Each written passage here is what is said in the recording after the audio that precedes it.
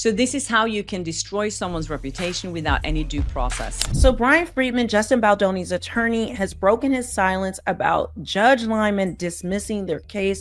It's not fair. She had completely ruined Justin Baldoni's reputation. Justin Baldoni has just delivered a legal blow that Blake Lively won't be forgetting anytime soon. After the dramatic dismissal of his claims on June 9th, Baldoni's legal team is firing back with a new jaw-dropping complaint that exposes some of the dirtiest tricks in Lively's playbook. This feud isn't just heating up, it's becoming the courtroom drama of the year, with revelations that are too wild to ignore. Much of Justin Baldoni's case yesterday was dismissed by Judge Lyman. The courtroom battle between Justin Baldoni and Blake Lively took a dramatic turn on June 9th when the judge dismissed Baldoni's defamation claims. On the surface, this decision might look like a win for Blake. Her team certainly rushed to paint it that way, parading headlines as though justice had already been served. The judge noted that Baldoni's legal team can still amend the claims for breach of implied covenant and tortious interference with contract with a deadline of June 23rd. But here's the catch. The dismissal wasn't a verdict on the truth of her allegations, nor an exoneration. Instead, it was the result of something far more technical, yet deeply significant: anti-SLAPP laws. I feel like this was just such a gut punch to everyone who was really hoping to see some justice for Justin Baldoni. These laws, designed to protect free speech, often create nearly insurmountable hurdles for cases like Baldoni's. And now we're seeing that bullies are protected legally to do whatever they want, and the legal system will continue and aid them in victimizing you. The court has invited us to amend 4 out of the 7 claims against Ms. Lively, which will showcase additional evidence and refined allegations. To succeed, Justin's team had to prove not only that Blake's claims were false, but also that they were made with malicious intent to harm him. At this preliminary stage, it's a high bar, so high that it almost feels rigged against the accused. Get over it. It's been a day since the news of Justin. All cases been dismissed, but the court essentially said, not enough evidence for defamation right now. But it didn't say anything about the larger claims at stake. But wait, this dismissal isn't as clean as it seems. Behind the scenes, whispers of major revelations are swirling. Judge Lemon's brother is deeply involved in the Blake's life, is now under the spotlight. Some are questioning whether his proximity to the project and to Blake herself influenced her narrative. So basically, Blake Lively got all the headlines, the sympathy, and she got to tell the narrative before Justin Baldoni even got a chance to respond. Could key incidents have been exaggerated, or worse, fabricated to bolster her claims? Baldoni's team is digging deep, and they've hinted that the story Blake is selling might not hold up under closer scrutiny. Anybody can just make false accusations, and it's covered by privilege, and your whole life can be destroyed, and the legal system will just give a big F you. Even more intriguing is the alleged untraceable smear campaign targeting Justin. It's a bold claim, but one his legal team is determined to unpack. So while Blake's camp celebrates, the real battle is just heating up. Stay tuned. This case is far from over. This California law, these different laws that protect people who can make false accusations to destroy a person's life, and they have no legal recourse to fight against it. California and New York's anti-SLAPP laws are notoriously tough, designed to prevent frivolous lawsuits that might stifle free speech. Sounds noble, right? To me, this is a complete miscarriage of justice by narcissists and egomaniacs who are privileged, elitists, who are rich and powerful. Except in cases like this, where it feels more like a shield for the powerful than a tool for justice. It is detrimental to the safety of just about anybody who is an employer or works at a company, and especially if you're a man. Justin's legal team didn't lose because his claims were weak. They lost because the system is stacked against cases like these. A defamation suit requires proof that someone's false statements caused harm. Anybody can just make false accusations and it's covered by privilege, and your whole life can be destroyed, and the legal system will just give a big F you. Hard enough under normal circumstances, but when the alleged smear campaign is, as Lively's team claims, untraceable, it's like trying to catch smoke with your bare hands. Pointing to a California law passed in the wake of the Me Too movement, Judge Lyman ruled that Lively's sexual harassment allegations were legally protected and couldn't be used as grounds for a defamation claim. The June 9th courtroom twist was a showstopper, but let's pull back the curtain on what's really going on behind the scenes. Sure, Justin Baldoni's defamation claims were dismissed, and Blake Lively's team wasted no time spinning it into a media victory lap. But hold your applause. This story has more layers than an Oscar-worthy screenplay. And at the center of the latest intrigue, Blake's very own brother. Yes, you heard that right. Before that, Judge Lehman's brother, Doug Lehman, is a director in Hollywood. Blake is not only one drawing attention in this legal circus. Enter Judge Lyman's brother, Doug Lyman, a well-known Hollywood director who has worked with Blake on past projects. Now, let that sink in for a moment. Yeah, so the judge also has a kind of interesting history here. Justin's team isn't saying it outright, but the whispers are deafening. Was there a little too much family loyalty influencing the narrative? Was Blake's brother pulling strings behind the scenes to craft a scandal that would stick? And could Doug Lyman's industry clout have somehow greased the wheels of this courtroom drama? The connections are as intriguing as they are unsettling, and the timing couldn't be more suspect. It's a tantalizing theory, and if even a fraction of it holds water, it could blow this case wide open. For now, though, the only thing we know for certain is this. There's a lot more cooking up behind the scenes than either side is letting on. Your reputation can be harmed. The media can publish anything, and it doesn't matter. There's no consequences for them. What if the stories about Justin's behavior were shaped or even fabricated by someone on the inside? It's the kind of plot twist that would make Hollywood jealous. A family conspiracy to strengthen a legal and PR offensive. Justin's team hasn't come out and named names, but their insinuations are crystal clear. And here's the kicker. Proving something like this in court is next to impossible. You can't subpoena rumors or cross-examine a narrative spun behind closed doors. Blake Lively didn't win. Justin just couldn't prove defamation. It's a huge distinction that Blake has now run with her statements, which we have. But Baldoni's camp is far from done. They're digging for evidence. And if even a shred of this conspiracy theory holds water, it could flip the entire case on its head. What's so frustrating, I talked about this on my Instagram, all the press is playing it like she won, like it's over, and it's not. But here's where it gets really wild. Blake Lively didn't just stop at the courtroom. Kim, it's absolutely sickening the way she's trying to play this, like as if it's over and she won. She took her so-called victory on a full-blown PR tour, complete with Instagram posts and red carpet appearances. And then she also was seen stepping out last night at a Chanel event, essentially taking what the media is calling her victory lap. Let's talk about that Chanel event she attended right after the dismissal. Dressed to the nines and flashing smiles for the cameras, Blake was the picture of triumph.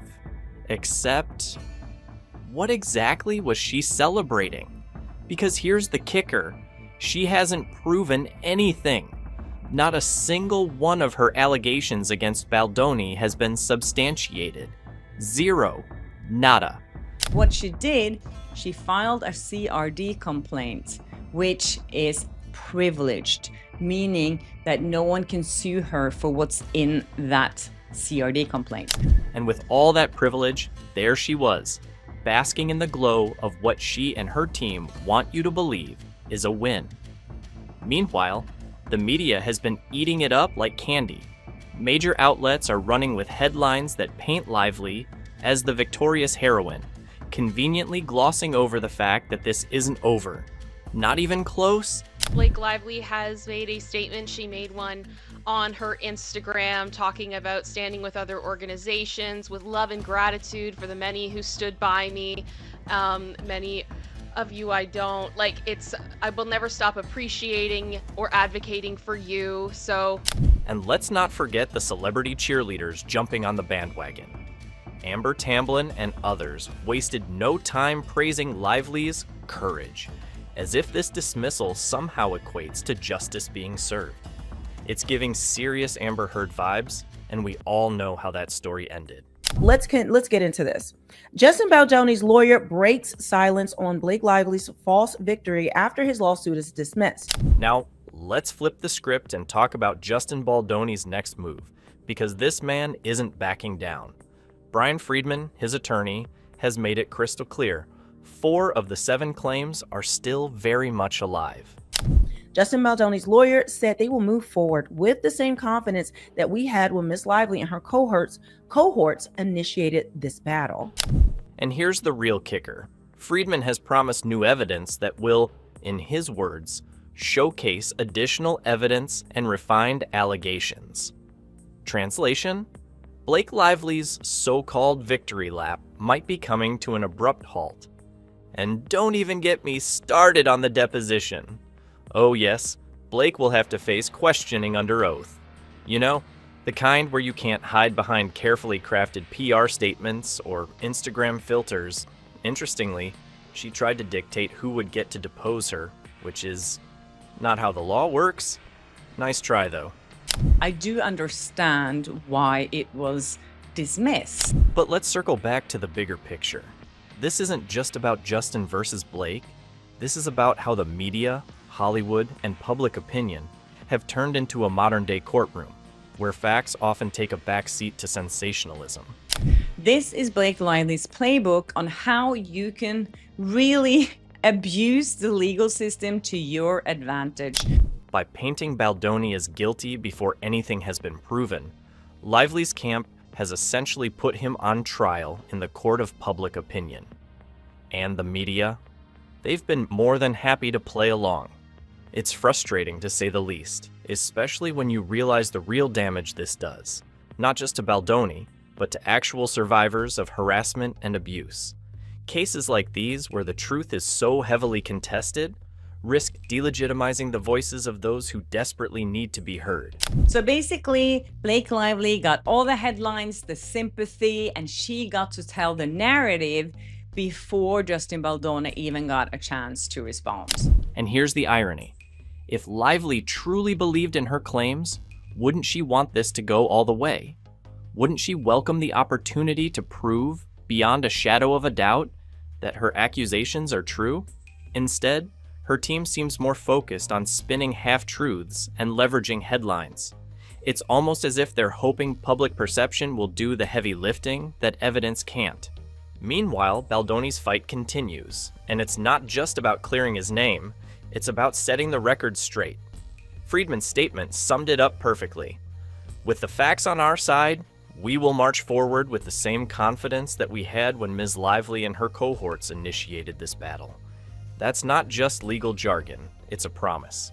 A promise to uncover the truth, no matter how much spin gets thrown in the way. Of course, Blake is taking her victory lap, and she's, on Instagram saying she wrote of the pain of a retaliatory lawsuit, linking to several women's rights organizations while the suit against me was defeated. So, while Lively enjoys her moment in the spotlight, Baldoni and his team are gearing up for the next round. And if you thought this was over, think again. The war has just begun. She had completely ruined Justin Baldoni's reputation. Of course, Blake's PR team wasted no time spinning this dismissal into a PR goldmine. They turned what could have been a moment of legal gray area into a shining narrative of triumph. It's PR 101. When life hands you lemons, make a press release. You don't have to show any evidence. And if you're a celebrity, of course, the press would be interested in your story. So you can just go and file a CRD complaint, leak it to the press, and they will write it as truth. And you can get back at whoever you want. This is the way to do it, you guys. If you really want to ruin someone's life and reputation, just do like Blake Lively did. Speaking of public opinion, let's talk strategy. Blake's PR team is playing chess while everyone else is stuck on checkers. They've managed to take a legal setback for Justin and spin it into a feminist rallying cry. It's brilliant, really. Infuriating, but brilliant. By aligning herself with advocacy groups and high-profile allies, Blake has created an almost impenetrable narrative shield. But here's the kicker. It only works if no one scratches beneath the surface. And here's where it gets really interesting. Blake's camp seems laser-focused on this being over. Why the rush? Could it be that the longer this drags on, the more cracks will appear in her narrative? After all, if she's so confident in her truth, wouldn't she want this to go all the way to a final judgment? So this is how you can destroy someone's reputation without any due process. Instead, we're seeing a PR blitz that feels like a smokescreen. Instagram posts, Chanel events, celebrity endorsements. It's all designed to drown out the reality that this case is far from resolved. And let's not forget, Justin still has his day in court ahead. If Friedman's confidence is any indication, Blake's victory lap might just end up being a detour to a much messier finish line. And that's also how she shaped the narrative in the media. And as you know, the media has followed that narrative all the way through. So she got the public sympathy at first. Let's start with the media circus that's been following this case.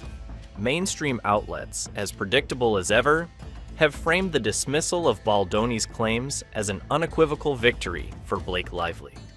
It's as if they're handing out trophies for halftime scores. The headlines are dramatic, the articles paint Blake as a beacon of justice, and somewhere in the fine print, you might find a begrudging acknowledgement that the case is still ongoing. Classic. This case is about false accusations of SH and retaliation in a non-existent smear campaign, which Ms. Lively's own team conveniently describes as untraceable. But here's where it gets juicy.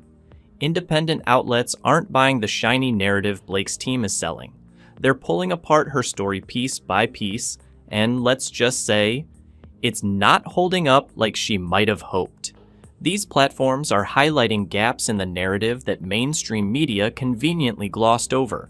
For instance, why hasn't anyone seriously questioned the sudden emergence of Blake's claims right when the movie's PR machine was revving up?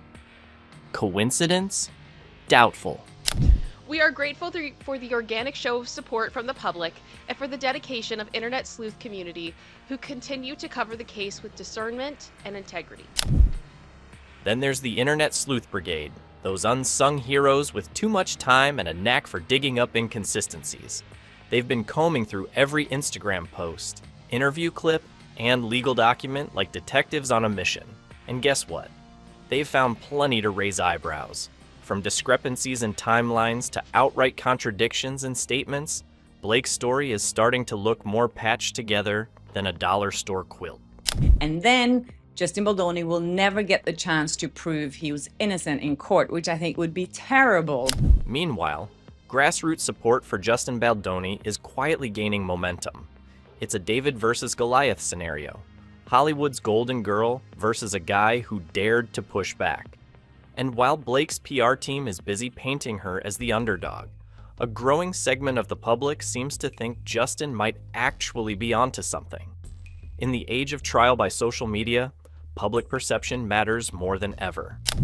He added, the case is about false accusations of sexual harassment and retaliation and a non-existent smear campaign, which Ms. Lively's own team conveniently describes as untraceable because they cannot prove what never happened. Enter Brian Friedman, Justin's legal bulldog, who isn't exactly the type to back down. Friedman is working on amending Justin's claims to meet anti-SLAPP requirements, and he's got 4 allegations still standing strong. These aren't minor gripes either, they go right to the heart of Blake's credibility. Friedman's confidence isn't just bravado, it's based on strategy and potentially some bombshell evidence we haven't seen yet. Ms. Lively and her team's predictable declaration of victory is false, so let us be clear about the latest ruling. While the court dismissed defamation, related claims, the court has invited us to amend 4 out of the 7 claims against Ms. Lively. So, what's next? For Justin, it's about adapting to the legal terrain. The anti-slap hurdle is frustrating, sure, but it's far from a dead end. With Friedman at the helm, you can bet there's more to come. Now, here's where things could really start to unravel. Friedman has hinted that more evidence is on the way. If you thought the courtroom drama was intense so far, buckle up.